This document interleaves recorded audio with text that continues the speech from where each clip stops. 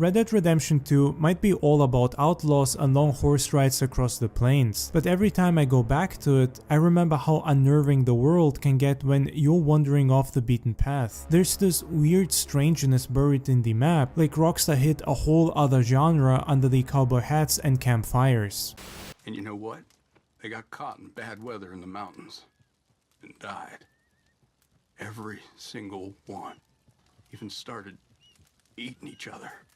What makes it so interesting is how naturally those moments show up. There's no giant marker or scripted warning. The world just suddenly feels completely different than it did a minute ago. Even when you don't see anything strange happening, you can feel how the atmosphere changes, and at times gives the game a horror-inspired feeling. Some places just feel wrong in a way you can't explain, but you know damn well that some unholy business is going on here. You know that these damn woods shouldn't be whispering and remembering dark and tragic things, but they do. They are cursed, and all that's left is for you to find a shack in the woods with a book made out of human skin.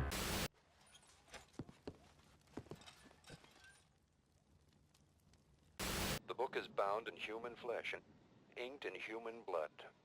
You ride through these places in broad daylight, and there's something off about the shadows or the way the wildlife avoids the area. At night, those spots get even stranger. The fog gets too thick and the silence starts creeping you out. You can tell something happened there, and the game never explains it, but the land never forgets all the blood that was spilled.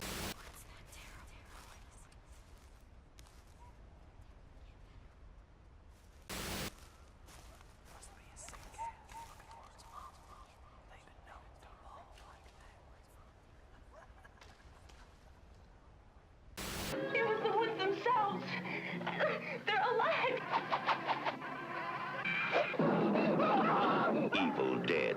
They got up on the wrong side of the grave. You're out there in the dark, maybe after a long hunt or a slow ride back to camp, and you hear something carried in the wind. Then you see her, pale and heartbreaking, forever trapped in a loop of agony and pain. Come home.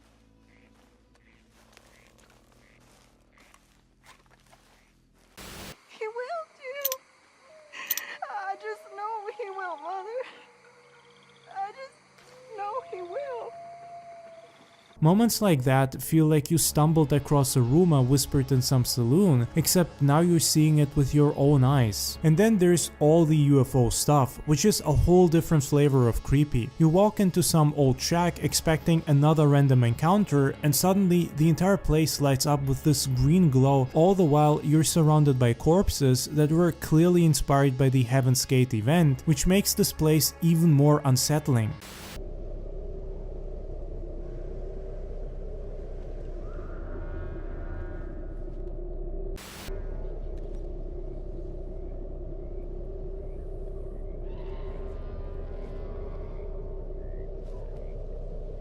It's the kind of thing you'd expect from an old VHS tape someone recorded over a dozen times, not a game set in 1899. And this interesting mix of genres makes these moments feel even stranger, like the Red Dead Redemption world is constantly brushing up against the Twilight Zone. What I love is how none of it breaks immersion. These creepy moments don't feel forced or even out of place.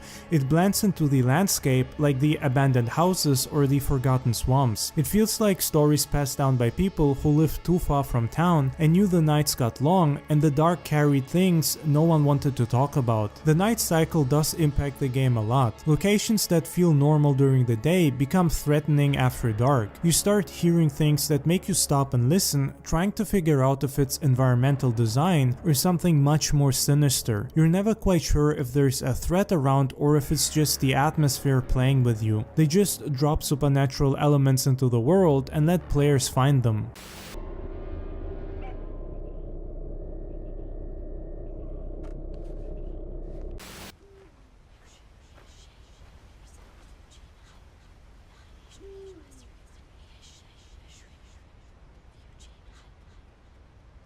You never know if an encounter with a stranger is going to be harmless or if you're about to get jumped by people. This paranoia mirrors the actual frontier, where trust was a luxury and everyone was potentially dangerous.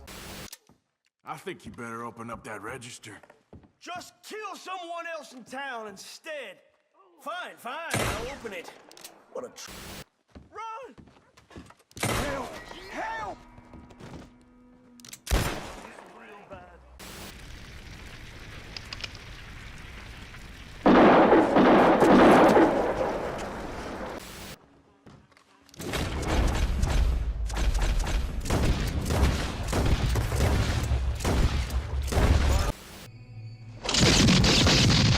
What makes Red Dead 2's creepiness so great in my opinion is the commitment to mundane horror, not jump scares or monsters, just the slow realization that people do terrible things when they're isolated and desperate, that the frontier was full of violence and madness and nobody was coming to help. The game shows you families that turned on each other and communities that collapsed into brutality. People lost their humanity gradually, one choice at a time.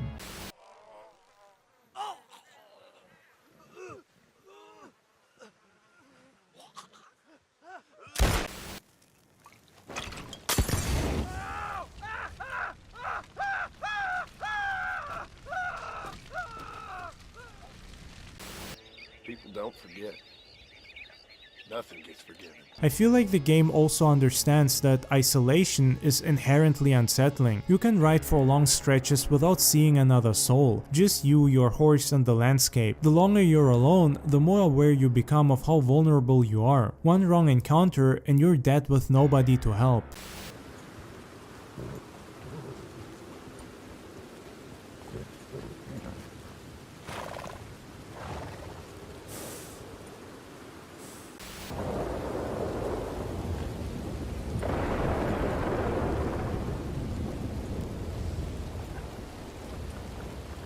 There's something about the way Rockstar built this world that feels like no matter how much you explore, there are still secrets buried in the game and locations you haven't found.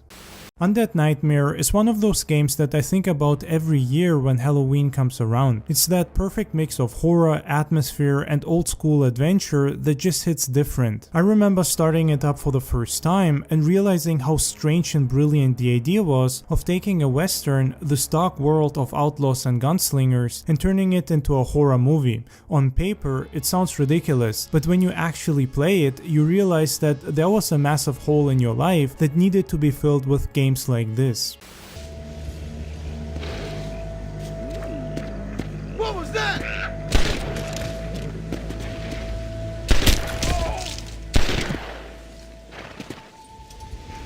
The first thing that always stands out to me is the atmosphere. Undead Nightmare is special because it's as over the top as possible. The whole game has been turned into a 60s and 70s inspired zombie horror adventure, and you can feel that everywhere. It's extremely stylized with the map, menu and world looking like a George Romero or a John Carpenter horror movie. The sky has this strange yellow tone. The air feels heavy, like the whole world is rotting away. You ride into towns that used to feel alive and now they're crawling with the undead. It's twisted to the max, but that's what I love about it. It takes something you know and makes it feel off.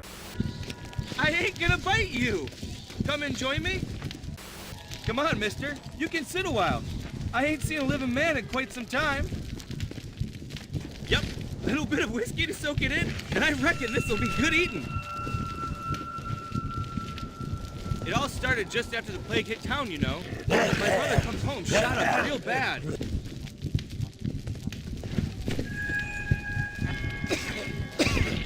Said he don't want them red-eyed demons to get his immortal soul. Said he wanted me to do it, you know, to kill him. I just put the pillow over his face. But the thing is, you see, I was real hungry. I couldn't exactly go outside the store, so I cooked him up in a stew and I ate him. He tasted damn good. I think what makes it the perfect Halloween game is how it plays with its tone. It's creepy but also fun. It doesn't take itself too seriously. There's this campy, grindhouse edge to it, like an old VHS tape you'd find in the B-movie horror section at the video store.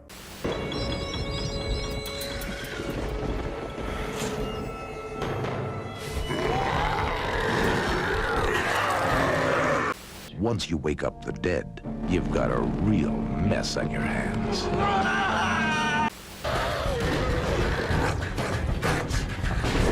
It's creepy and atmospheric, but it never forgets to let you enjoy yourself. You've got this mix of eerie silence and over-the-top action, riding through the night on an undead horse, shotgun in hand, blasting through hordes of zombies. Hello, boys. Marshall sent me and needs some help.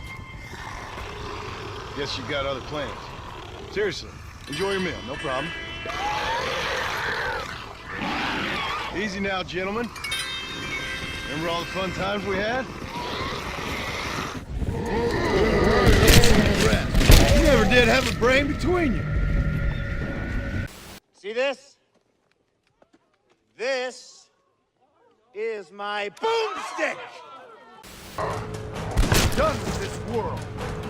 I'll swallow your soul! I'll swallow your soul! I'll swallow your soul! Swallow this. What I've always loved about Undead Nightmare is how it manages to be both a parody and a genuine piece of horror at the same time. It's aware of the genre cliches, but it still commits to the horror atmosphere. The lighting, fog, or the haunting music, all of it works together to create this eerie cinematic feel. It's got that late night movie energy, the kind you'd watch with the lights off while the wind hits your window. Why, hello there! Come on, join us! They don't...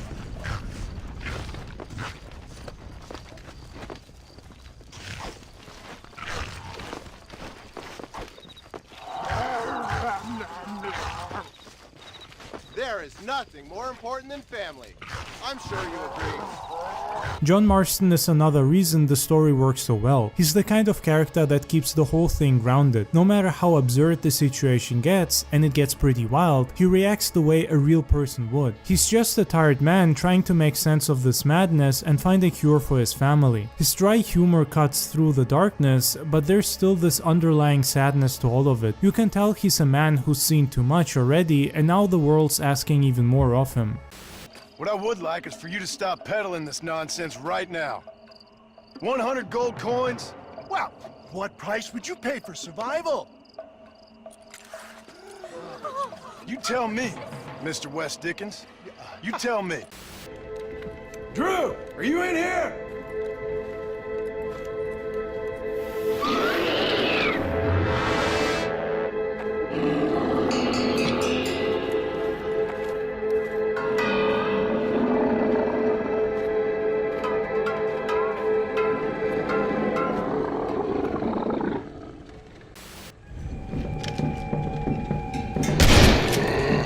I've got to put you out of your misery, Drew.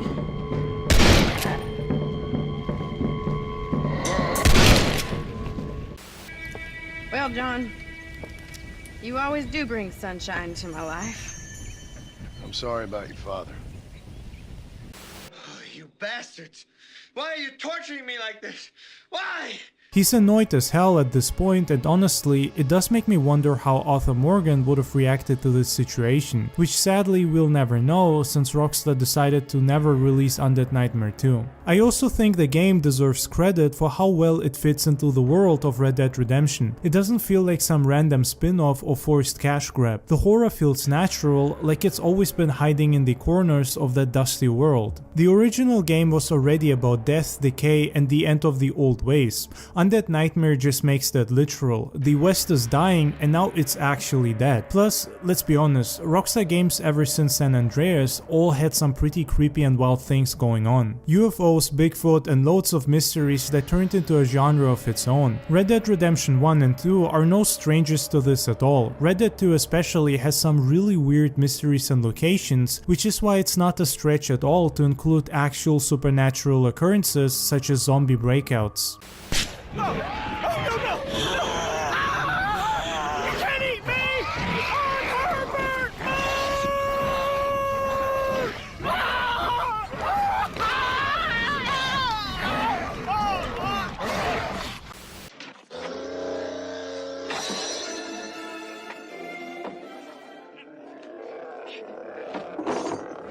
To me, Undead Nightmare captures what Halloween is supposed to feel like. It's about stepping into another world for a while, one that's dangerous and strange, but also thrilling. It's spooky, sure, but it's also full of atmosphere. It's got that perfect mix of horror and over-the-top action. The kind of game you want to play when the lights are low, the air is cold, and you're in the mood for something that feels like a lost, low-budget VHS classic from the 80s, the kind that mixes cowboys, monsters, and a sense of the world falling apart.